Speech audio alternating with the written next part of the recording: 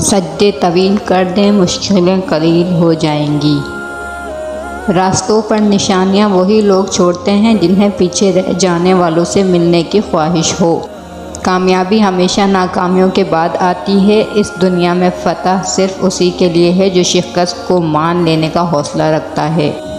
خوش رہا کرو، کیونکہ پریشان ہونے سے کل کی مشکلیں دور نہیں ہوتیں بلکہ آج کا سکون بھی چلا جاتا ہے۔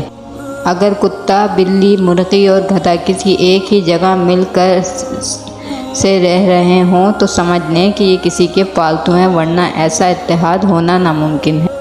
کسی کی میٹھی باتوں کا مطلب ہرگز یہ نہیں کہ آپ اس کے لیے خاص ہوں گے۔ بعض اوقات کبوتر کو کھلانے کے لیے نہیں بلکہ پکڑنے کے لیے بھی دانہ ڈالا جاتا ہے۔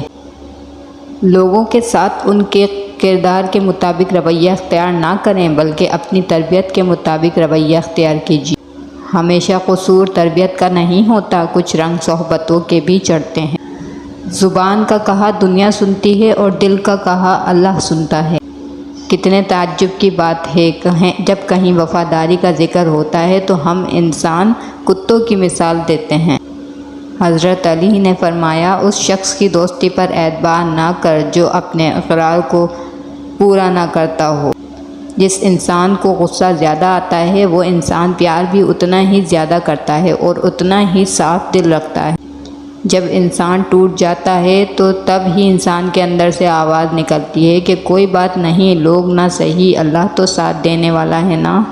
جو شخص تمہارے سامنے دوسروں کی برائی بیان کرتا ہے وہ یقیناً دوسروں کے سامنے تمہاری برائی بھی کرتا ہوگا۔ عورت جاہل کے لیے ہوس اور عقل مند کے لیے روح ہے۔